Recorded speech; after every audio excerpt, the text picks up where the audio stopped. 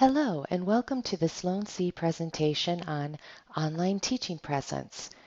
This presentation reviews the basics of the concept of teaching presence from the perspective of the Community of Inquiry framework.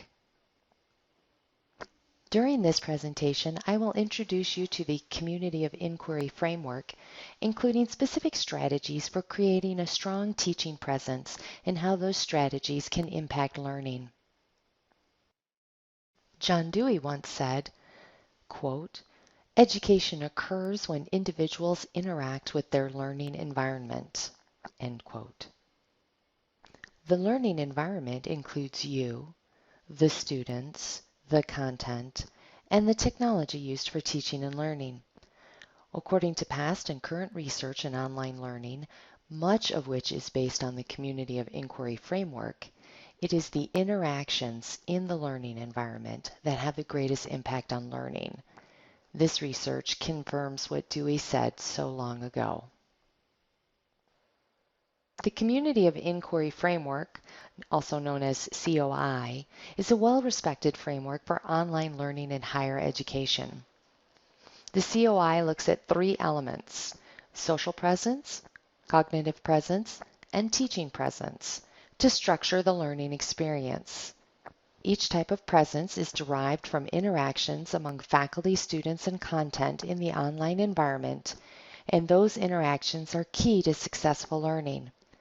All three types of presence overlap, so actions taken by the teacher impact the social presence of everyone in the learning environment and impact the cognitive presence of the learners.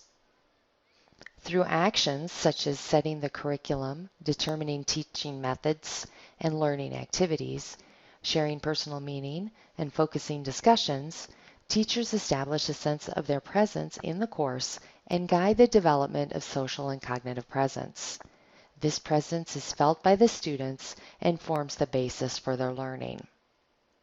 While we will be focusing on teaching presence in this presentation, you can learn more about all aspects of the Community of Inquiry framework by visiting http://communitiesofinquiry.com. Social presence is defined as the ability of learners to project their personal characteristics into the community of inquiry, thereby presenting themselves as real people.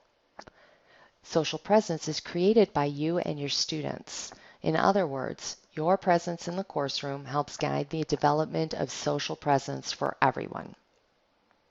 When thinking about your online class, think about how you will project yourself as a real person in the course and how you will help your students project themselves as real people. Typically, this will involve setting a climate of trust as well as creating activities that encourage students to share their ideas and beliefs on a topic. It can be challenging, but also extremely valuable to help everyone feel as if their voice matters in the course. Cognitive presence is defined as the extent to which the participants in any particular configuration of a community of inquiry are able to construct meaning through sustained communication. Cognitive presence is created by the interactions among you, the students, and the content of your course. Your presence sets the climate for where learning and knowledge sharing occurs. When planning your course, consider how you will encourage cognitive presence to develop. Typical strategies to increase cognitive presence include using various textbooks, articles, web sources, and personal experiences as learning materials to enrich the learning experience for your students and help develop that sustained communication so essential to learning. Teaching presence is defined as the design, facilitation, and direction of the cognitive and social processes for the purpose of realizing personally meaningful and educationally worthwhile learning outcomes. Teaching presence is the sum of your actions and interactions as you design, facilitate, and direct learning experiences in your course. As you design your course, consider how you will project your presence.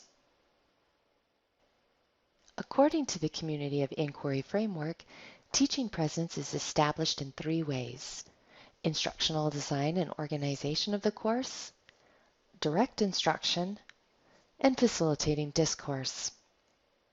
Teacher activities in the instructional design and organization category that support presence include developing curriculum, designing group and individual learning activities, setting schedules, and providing guidelines for interaction and learning in the course. Activities in the direct instruction category that help establish teaching presence include providing intellectual and scholarly leadership, as well as demonstrating subject matter and pedagogical expertise. Finally, the facilitator who actively participates in discussions and establishes and models discourse that sustains and supports social and cognitive presence is another key part of teaching presence. It is through all these things that teaching presence is established and maintained in a course.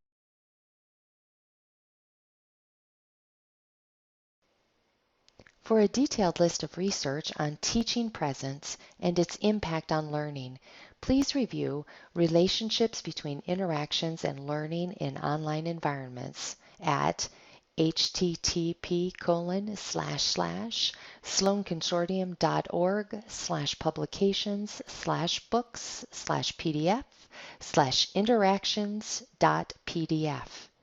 This document also includes tips for things to do in the classroom based on the research cited. More research is always being done in this area, and it continues to support earlier research that serves as the foundation for current work. So, while the document is from 2004 and was updated in 2008, it is still meaningful and relevant to today's online teacher. Based on the research compiled in the Relationships Between Interactions and Learning in Online Environments, these are some recommended strategies you can use in your courses to have a positive impact on learning via teaching presence. Where teaching presence overlaps social presence strategies. Teaching presence includes setting climate.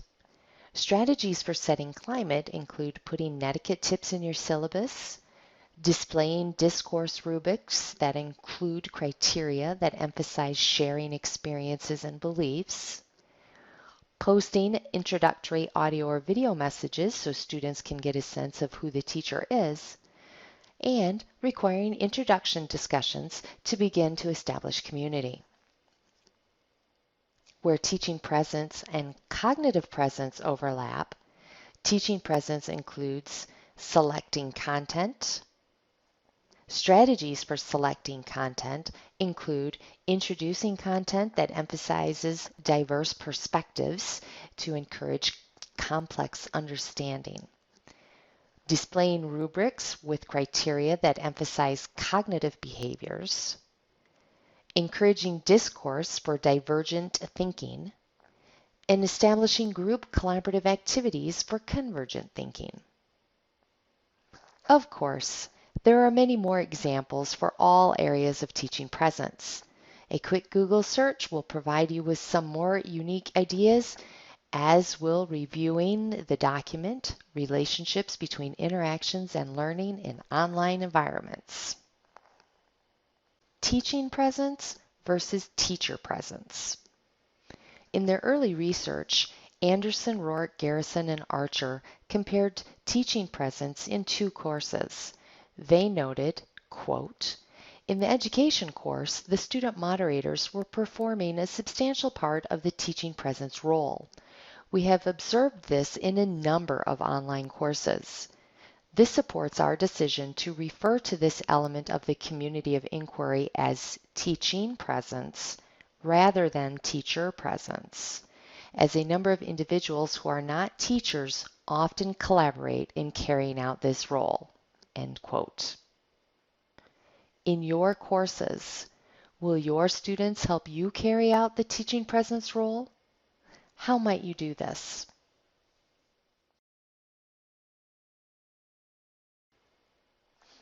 Thank you.